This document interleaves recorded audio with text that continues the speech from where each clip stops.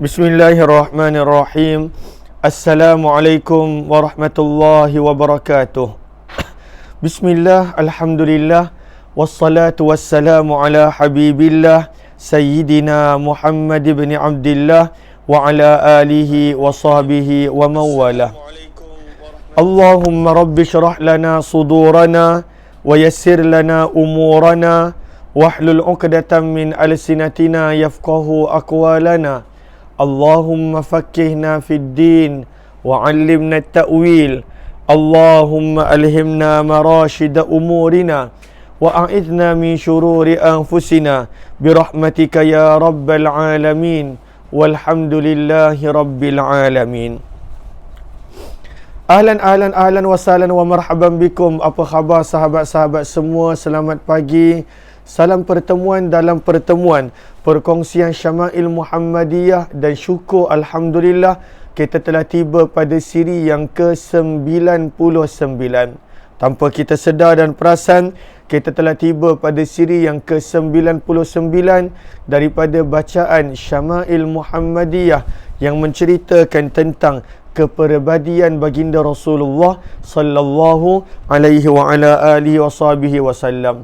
Ahlan Kak Azimah, Zakia Muhammad Nin, Hamimah Musan, Jamalia Manab, Siti Mahawa Ismail, Galik Spirit, kemudian Kamiza Muhammad Amil, Zaujah Abdullah Kamal, Kak Safia Sapian, Siti Mazura, Yaya Lia, Hamidah Husin, Farida Ismail, Norazia Mukhtar, kemudian Zimah Dun, Rujila Muhammad Yusuf, Anita Maizan, Aisyah Uthman, Nur Hayati Yahya, Amida Rauda, dan juga Kak Laila Umar, dan Nur Hayati Yahya, Hairina Nawawi, Laitun Absah, dan juga Cahaya Kemuliaan, Tuan Nur Rahim Sharif, dan sahabat-sahabat yang lain. Ahlan kepada semua. Waalaikumsalam warahmatullahi wabarakatuh. Kepada semua yang memberi salam, terima kasih kepada semua yang bersama pada pagi ini. Apa kata sama-sama kita perbetulkan dahulu niat. Moga-moga pertemuan kita adalah kerana Allah Subhanahu wa ta'ala. Nawaitu ta'alluma wa ta'lim wa tadhakkura wa tadhkir wa naf'a wal intifa' wal ifadata wal istifadah wal hatha ala tamassuki bi kitabillah wa sunnati rasulillahi sallallahu alaihi wasallam wa du'ai ila al-huda wa dalalati ala al-khair ibtigha'a wajhillah wa mardatih wa qurbih wa thawabih. Amin amin ya rabbal alamin. Terima kasih sahabat-sahabat ramai yang kata jelas. Kak Norazia daripada Seri Kembangan, Kak Hamimah daripada JB, Norizita Rifin daripada Bangi, dan juga sahabat-sahabat yang lain. Terima kasih kepada semua yang memberi maklum balas. Mohon sebaik sahabat-sahabat untuk bantu share, bantu untuk kongsi, dan juga bantu untuk sebar luas serta tag rakan-rakan yang lain. Moga-moga lebih ramai yang beroleh kebaikan, lebih ramai yang beroleh manfaat, insya-Allah. Mohon sahabat-sahabat untuk bantu share dan kongsikan kepada yang belum. Hari ini kita telah tiba pada muka surat 274. Muka surat yang ke-274, riwayat yang ke-347. Lalu mohon sahabat-sahabat bantu catatkan muka surat 274, riwayat yang ke-347. Masih lagi pada bab yang kita telah mulakan semalam, berkenaan tentang akhlak kepribadian baginda Rasulullah sallallahu alaihi wasallam. Lalu mohon sahabat-sahabat catatkan muka surat 274, riwayat 347. Sambil itu, mohon sahabat-sahabat setiap kali kita baca hadis, untuk memperbanyakkan selawat dan salam buat junjungan baginda Rasulullah sallallahu alaihi wa ala alihi washabihi wa baraka wasallam.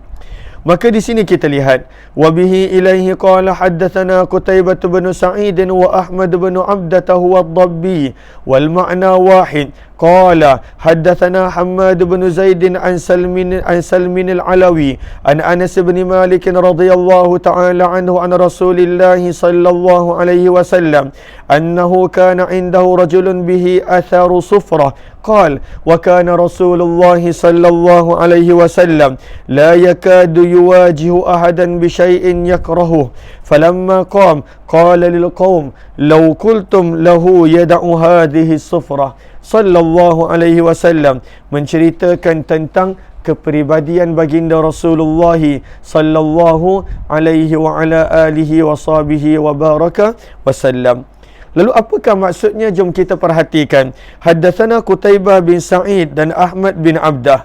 Lalu kedua-duanya adalah guru kepada Imam Tirmizi. Lalu haddatsana Qutaibah bin Sa'id dan Ahmad bin Abdah. Siapakah Ahmad bin Abdah? Iaitu Ad-Dabbi.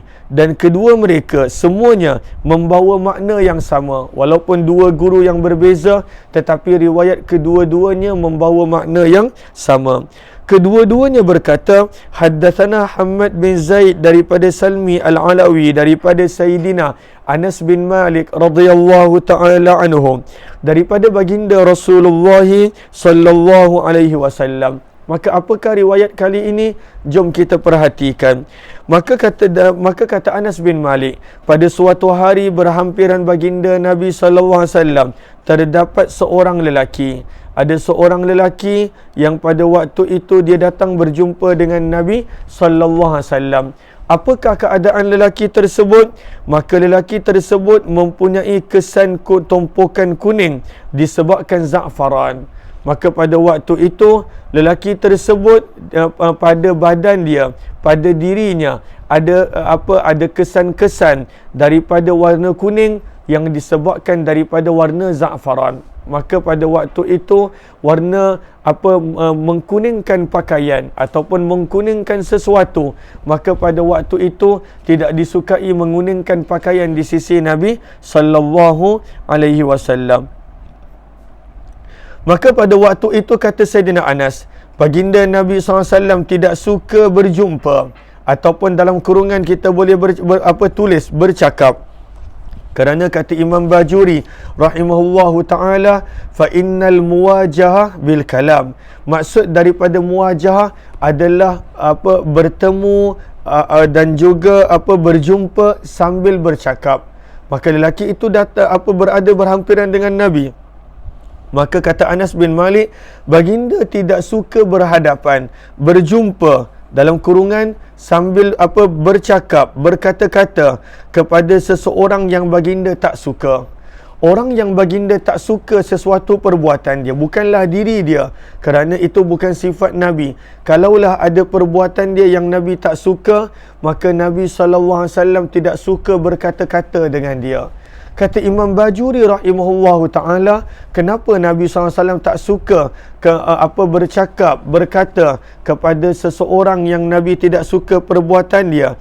Kerana kalaulah lelaki itu ditolak sabdaan Nabi, pada waktu itu dia ingkar arahan Nabi dan teguran Nabi, maka dikhawatiri dia boleh keluar daripada agama, kerana pada waktu itu sombong akan sabdaan Nabi adalah pada waktu itu boleh menjadi asbab kekufuran. Sebab itu kata Imam Bajuri rahimahullah, fa innaman, maka sesungguhnya orang yang taraka imtithalahu, meninggalkan perintah Nabi SAW, inadan, kerana sombong, kafara, boleh menjadi kufur.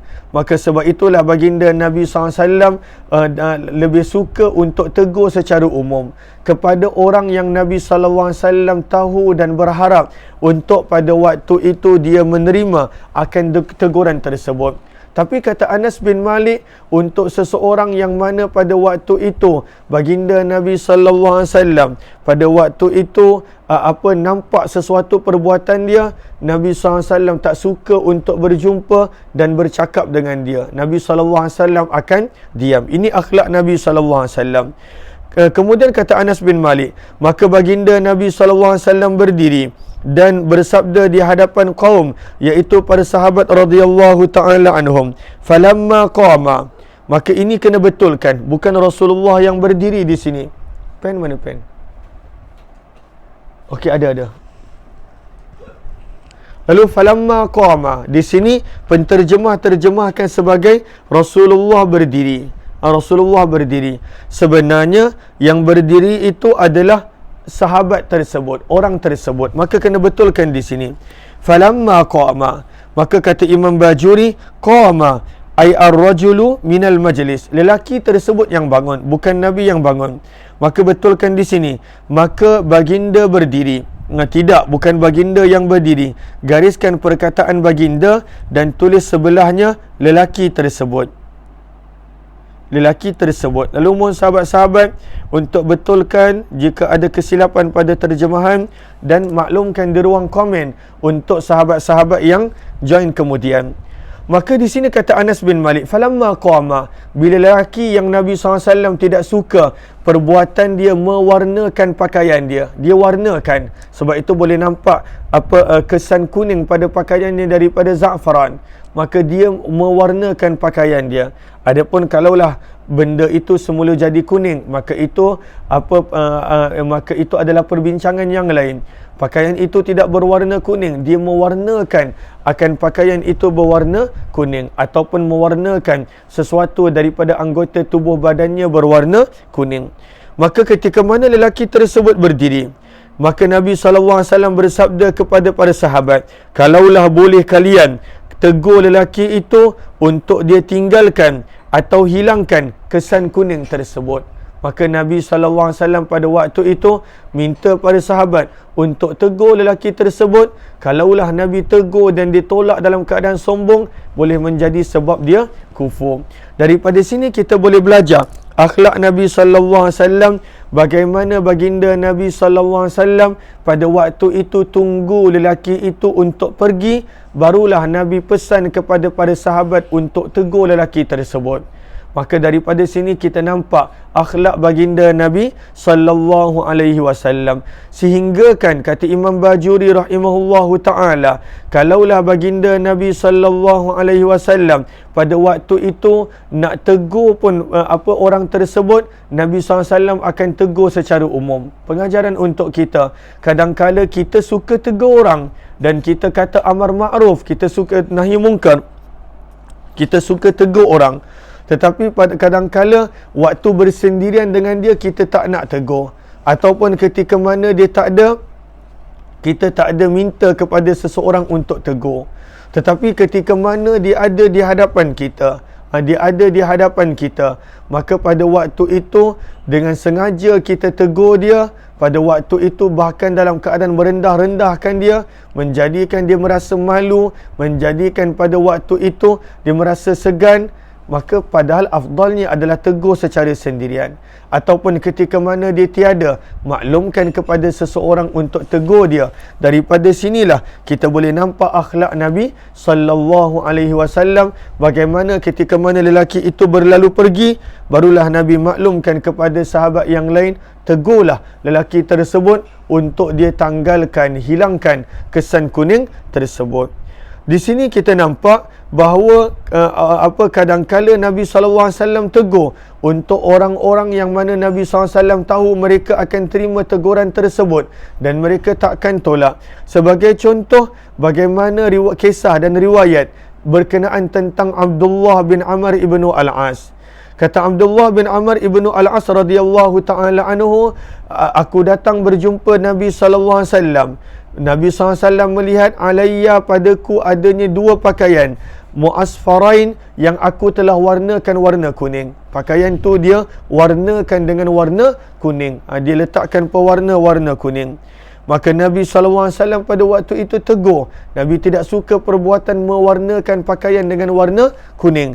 Maka sabda Nabi SAW, inna hadzaini min thiyabil kuffar, sesungguhnya pakaian-pakaian yang seperti ini adalah daripada pakaian orang-orang yang kafir. Fala talbashuma, maka janganlah kamu memakainya.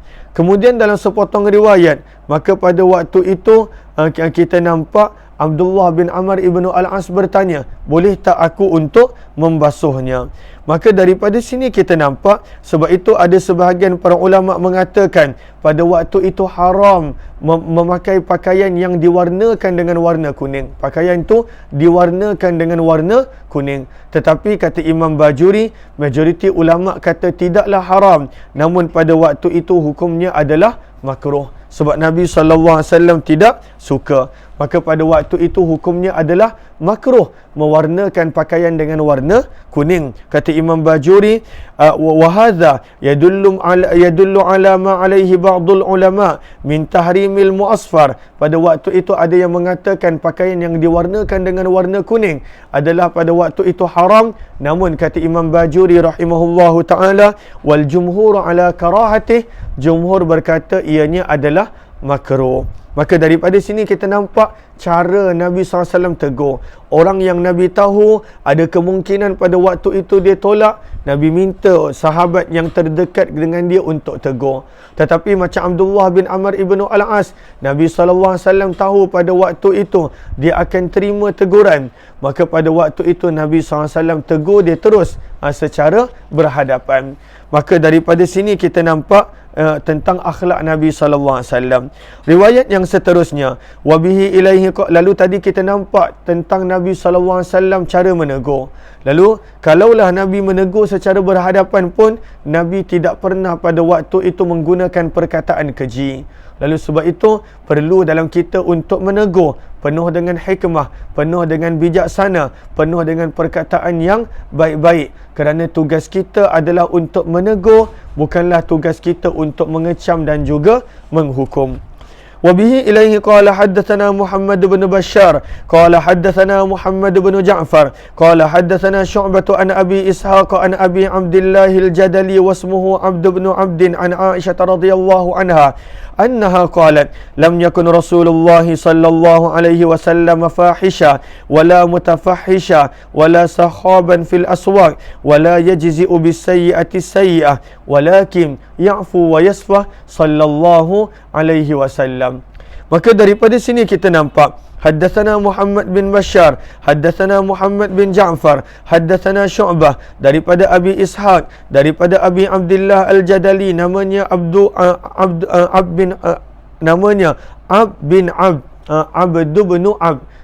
bin Ab, daripada Sayyidatina Aisyah radhiyallahu taala anha berkata, apa kata Aisyah radhiyallahu taala anha? Baginda Nabi sallallahu alaihi wasallam bukanlah seorang yang keji. Okey, minta maaf. Lalu baginda Nabi sallallahu alaihi wasallam bukanlah seorang yang keji. Nabi SAW bukanlah seorang yang keji. Apakah maksud nota kaki yang ke-143? Baginda Nabi SAW bukanlah orang yang keji pada perbuatan. Kejap lagi kita akan baca, tidak juga pada sifat dan tidak sebagainya. Maka sebab itu kata Aisyah radhiyallahu taala anha, Nabi sallallahu alaihi wasallam bukanlah seorang yang keji, dan Nabi sallallahu alaihi wasallam tidak membiarkan perbuatan keji berlaku di hadapan baginda. Itu perbezaan pertama antara fahish dan mutafahish. Fahish maksudnya Nabi sendiri pada waktu itu tidak berkata keji, tidak berbuat keji, dan juga Nabi tidak membenarkan perbuatan keji berlaku di hadapan baginda. Makna yang kedua, kata Imam Bajuri rahimahullah, makna antara fahish dan juga mutafahish, makna yang kedua adalah fahish adalah perbuatan keji secara semula jadi. Maka bererti Nabi bukan seorang yang semula jadi perbuatan baginda keji. Mutafahish pula adalah keji yang dibuat-buat, yang bukan semula jadi. Kadangkala seorang tu baik, tetapi dalam sudut berorganisasi, kadangkala dia zahirkan perbuatan keji yang dia buat-buat. Maka antara makna yang kedua, perbezaan antara fahish dan mutafahish, Nabi tidak keji daripada semula jadi, dan Nabi tidak keji walaupun dibuat-buat. Nabi tak pernah keji pada perbuatan dan juga pada ucapan. Itu beza antara fahish dan mutafahish. Kemudian apakah lagi akhlak Nabi? Wala sakhaban fil aswaq. Nabi SAW tidak menjerit-jerit di pasar. Kan kebiasaan dia manusia di pasar. Maka pada waktu itu dia tinggikan suara. Bila bercakap, bila gelak, berada di khalayak ramai, mereka gelak, tinggikan suara, bercakap dan sebagainya. Nabi SAW tidak begitu. Nabi tak pernah tinggikan suara walaupun pada tempat dan keadaan yang orang tinggikan suara. Itu bukan Nabi sallallahu alaihi wasallam. Seterusnya, kata Aisyah radhiyallahu taala anha, Nabi tidak pernah membalas kejahatan seseorang dengan kejahatan. Nabi tak pernah membalas kejahatan seseorang itu dengan kejahatan. Nabi SAW tidak pernah balas. Bahkan apa yang Nabi SAW buat, bahkan yang Nabi SAW buat, seperti mana kata Aisyah, tetapi Nabi SAW memaafkan. Wa yasfah, di situ diterjemahkan sebagai bersalaman, ini kurang tepat. Terjemah bersalaman ini kurang tepat. Mohon sahabat-sahabat gariskan, apakah maksud yasfah? Maka di sini Imam Bajuri terangkan, yasfah adalah maksudnya berpaling. Yasfah maksudnya adalah berpaling. Tapi kejap, nanti kita akan terjemahkan. Lalu, apakah maksud daripada ya'fu? Ya'fu pada waktu itu memaafkan. Ya'fu pada waktu itu memaafkan. Yasfah maksudnya adalah berpaling. Daripada sudut bahasanya, yasfah wa asluhu minal i'rad bi sahfatil unuq. Maksud daripada yasfah adalah berpaling, mengalihkan tengkuk. Maka berpaling dipanggil yasfah. Maka kenapa dibawakan perkataan yasfah di sini? Kerana kata para ulama, banyak kali manusia pada waktu itu dia kata dia maafkan. Dia kata dia maafkan, tetapi dia masih lagi ungkit. Dia kata dia maafkan, tetapi bila berjumpa dia masih lagi bermasam muka. Dia kata dia maafkan, tetapi dia masih lagi cerita di belakang tentang orang tersebut dan sebagainya. Maka ini maksud daripada maaf yang manusia biasa faham. Maaf tetapi masih lagi ungkit. Maaf tetapi masih lagi berkata buruk tentang orang yang kononnya dimaafkan. Maaf tetapi masih lagi pada waktu itu melakukan perkara-perkara yang langsung tidak menggambarkan dia maafkan. Akan tetapi baginda Nabi SAW, sebab itu kata Aisyah, Nabi bukan sekadar maafkan. Ya'fu adalah maaf pada batin. Maksud dalaman. Dalaman Nabi maafkan. Begitu juga perbuatan zahir adalah menggambarkan Nabi maaf. Nabi wayasfah. Nabi berpaling daripada perbuatan-perbuatan yang menggambarkan Nabi SAW tidak maafkan. Sebab itulah disebutkan di sini, ya'fu bi batini. Perkataan ya'fu adalah maaf daripada sudut dalaman. Yasfah bi zahiri. Maksud daripada yasfah, memaafkan daripada zahir. Lalu Nabi bila jumpa orang yang Nabi maafkan, Nabi senyum. Nabi bila jumpa dengan orang yang maafkan, Nabi tidak ada ungkit. Nabi bila berlakunya cerita tentang orang yang Nabi maafkan, Nabi tidak ada lagi ungkit dan sebagainya. Maka inilah maksud Nabi memaafkan daripada sudut batin. Wa yasfah, dan Nabi berpaling, iaitu Nabi maafkan juga daripada sudut zahir. Ini akhlak luar biasa baginda Nabi sallallahu alaihi wasallam. Maka contohnya banyak orang yang mana melukakan Nabi pada perang Uhud, Nabi maafkan mereka. Pada waktu itu Ikrimah bin Abi Jahal, Nabi SAW maafkan beliau. Terlalu banyak contoh. Bahkan dalam riwayat bagaimana ada seseorang itu ambil pedang nak bunuh Nabi SAW. Maka pada waktu itu ketika mana pedang itu terjatuh daripada tangan dia, baginda Nabi SAW maafkan. Ini adalah akhlak Nabi sallallahu alaihi wa ala alihi wa sahbihi wa baraka wasallam. Seterusnya, riwayat yang seterusnya, riwayat yang ke-349. وبه إليه قال حدثنا هارون بن إسحاق الحمداني قال حدثنا عبده عن هشام بن عروة عن أبيه عن عائشة رضي الله تعالى عنها قالت ما ضرب رسول الله صلى الله عليه وسلم بيده شيئا قط إلا أن يجاهد في سبيل الله ولا ضرب خادما ولا امرأة صلى الله عليه وعلى آله وصحبه وبارك wasallam.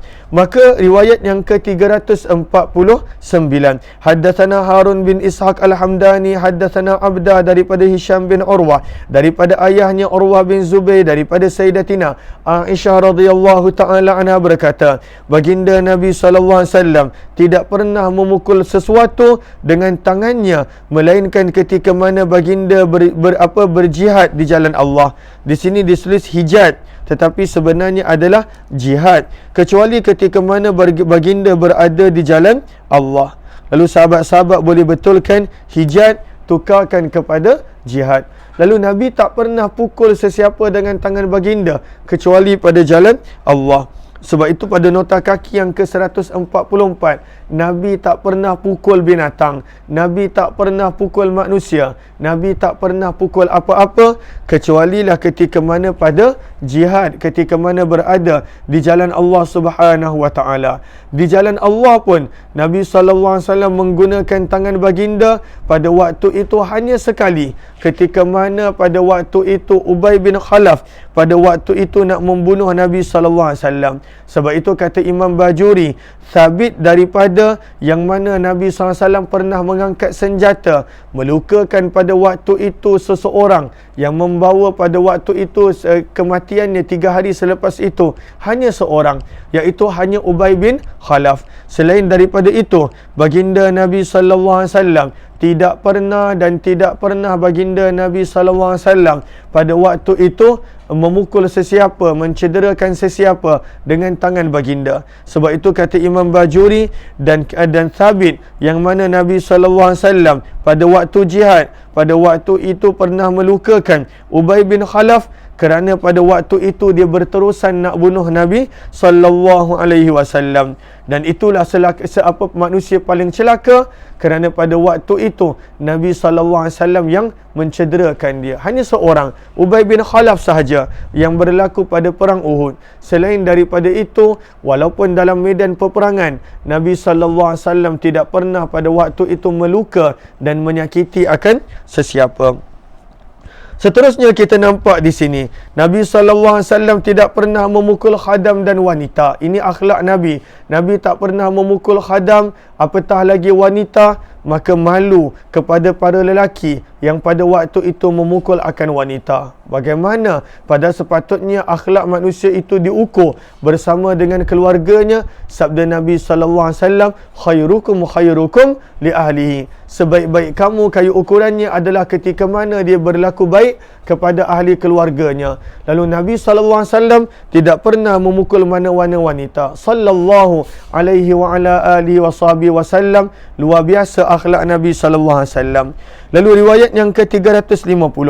Wabihi ilaihi qala haddathana Ahmad bin Abdat ad-Dabbi qala haddathana Fudail bin Iyad an Mansur an Az-Zuhri an Urwah an Aisyah radhiyallahu ta'ala anha qalat ma ra'aitu Rasulullah sallallahu alaihi wasallam muntasiran min mazlamatin zulimaha qattu ma lam yuntahak min maharimillahi ta'ala syai'un fa idzan tuhika min maharimillahi syai'un kana min ashaddihim fi dhalika ghadaba wa ma khayyara baina amrayni illa tara aisaruhuma ma lam yakun ma'thama sallallahu alaihi wasallam. Akhlak luar biasa baginda Nabi sallallahu alaihi wasallam. Nabi tak pernah pukul.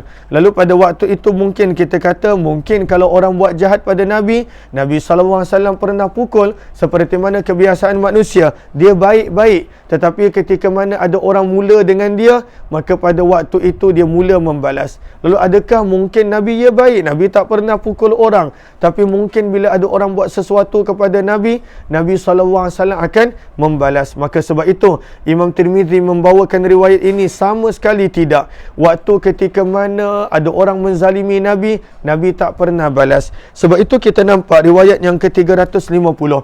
Haddatsana Ahmad bin Abdah ad-Dabbi.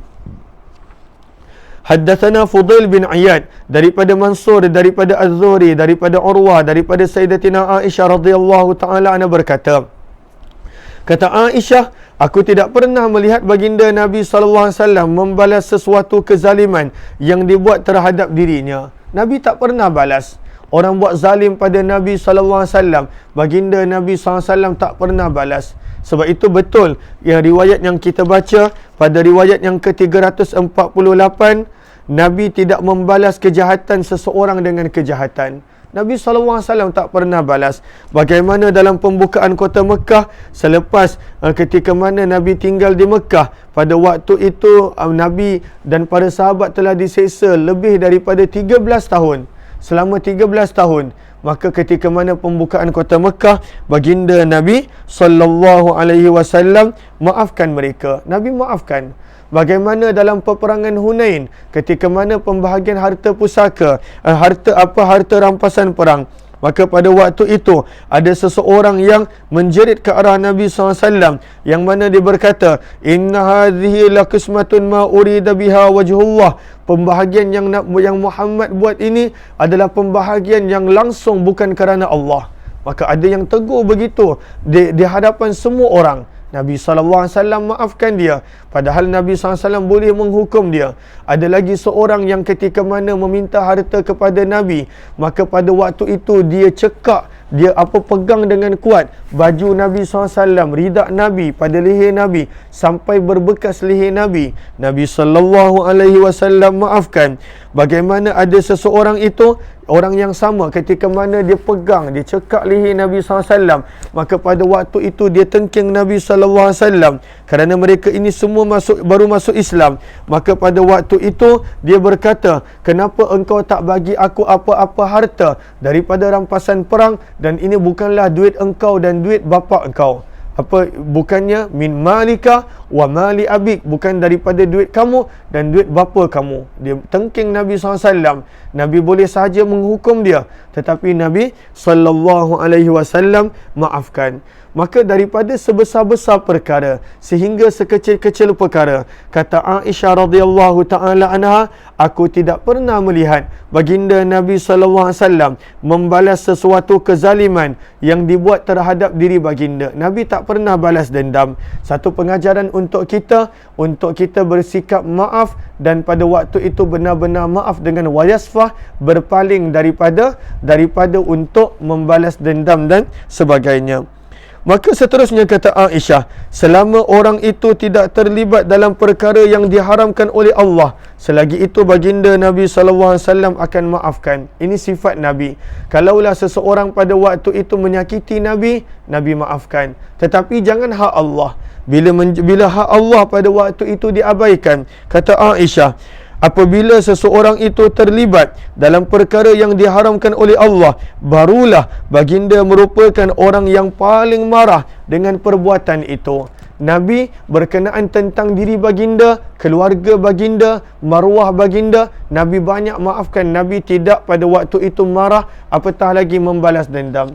Tapi kata Aisyah, kalaulah ada perintah Allah, sesuatu yang haram, sesuatu yang Allah larang pada waktu itu berlaku, Nabi akan menjadi orang yang sangat-sangat marah, orang yang paling pemarah. Maka daripada sini kita boleh mengambil satu pengajaran. Kata Imam Bajuri rahimahullahu ta'ala, wa yu'khadhu min dhalik, dan diambil daripada ini, annahu yusannu likulli dhi wilayah, disunatkan dan digalakkan untuk semua orang yang memiliki kuasa dan jawatan, at-takhalluq bihadzal khuluq, pada waktu itu mempunyai nilai-nilai seperti Nabi ini dan akhlak seperti Nabi. Apakah nilai tersebut? Fala yantaqimu li nafsi, kena tunjukkan contoh. Jangan sesekali membalas dendam atas urusan peribadi. Jangan salah guna kuasa. Maka pada waktu itu bila ada kuasa, dia salah guna kuasa, dia balas dendam untuk urusan peribadi. Namun wala yumhilu haqqallah, tapi urusan peribadi jangan balas dendam. Akan tetapi bila hak Allah, jangan diberi peluang. Urusan peribadi jangan dibalas dendam, maafkan seperti mana Nabi. Tetapi pada hak Allah, jangan pada waktu itu diberi ruang dan peluang. Kadang-kadang terbalik, sebahagian orang yang mana bila diuji dengan kuasa, maka pada waktu itu pada urusan peribadi dia tuntut balas menggunakan kuasa yang dia ada. Namun pada waktu itu bila hak Allah, maka pada waktu itu dia tidak berlaku dan berbuat apa-apa. Al-a'yadzubillah. Moga Allah pelihara dan juga jaga. Seterusnya kata Aisyah radhiyallahu taala anha, apabila diminta untuk memilih antara dua perkara yang daripada sudut urusan dunia, adapun urusan akhirat, maka Nabi SAW tidak begitu.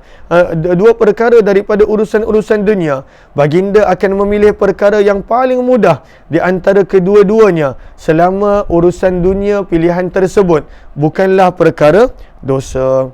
Lalu kita pun dah lebih masa, insya-Allah kita akan sambung lagi pada pertemuan yang lain. Terima kasih kepada sahabat-sahabat yang bersama. Kita harap kita dapat habiskan segera pembacaan ini. Moga-moga bermanfaat. Wabillahi taufiq wal hidayah. Assalamualaikum warahmatullahi wabarakatuh. Kepada sahabat-sahabat yang ada yang kali pertama join, jemput untuk join grup Telegram Kuliah Ummah Aziz. Dan kepada sahabat-sahabat yang ingin untuk membuat pembelian kitab-kitab yang akan digunakan pada program Ramadan, maka dialu-alukan untuk membuat pembelian tersebut dengan menekan link yang ada di ruang komen. Moga-moga bermanfaat. Wabillahi taufiq wal hidayah. Assalamualaikum warahmatullahi wabarakatuh. Terima kasih semua.